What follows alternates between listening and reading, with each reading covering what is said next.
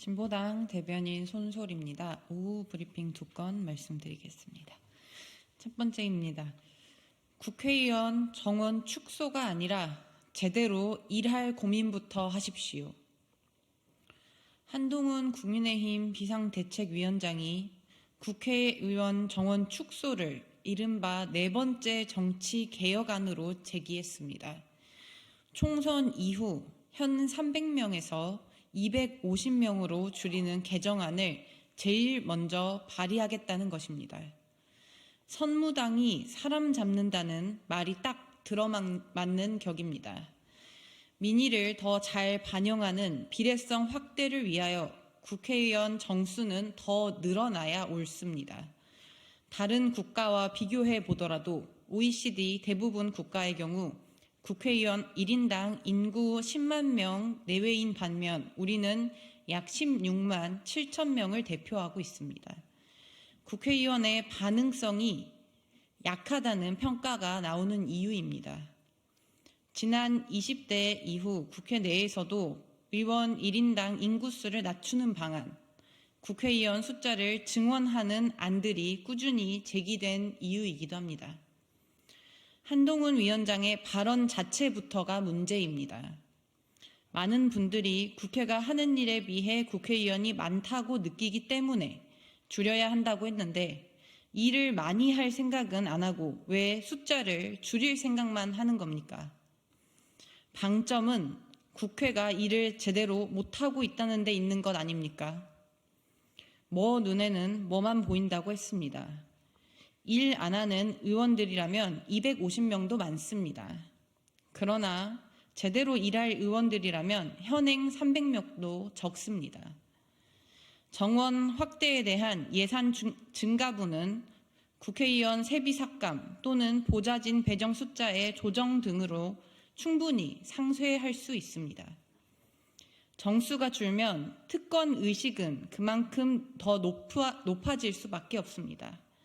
일 안 하는 국회를 질타하는 목소리에 교묘히 편승하여 특권이 더욱 강화된 국회를 꿈꾸는 것은 아닌지 매우 우려스럽습니다.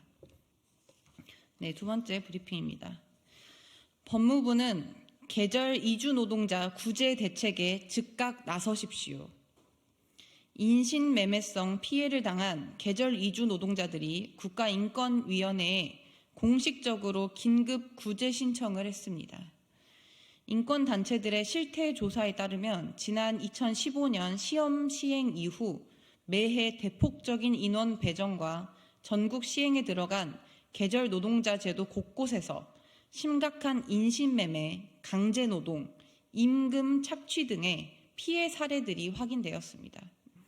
심지어 기초자치단체가 직접 외국인 노동자들의 여권까지 압류했다니 그야말로 끔찍하고 참담한 상황입니다. 오죽했으면 긴급 구제 신청에 나섰겠습니까? 계절 노동자 제도의 주무 부서는 법무부로 체류관리 중심의 무책임한 운영이 직접적인 원인으로 지목되고 있습니다.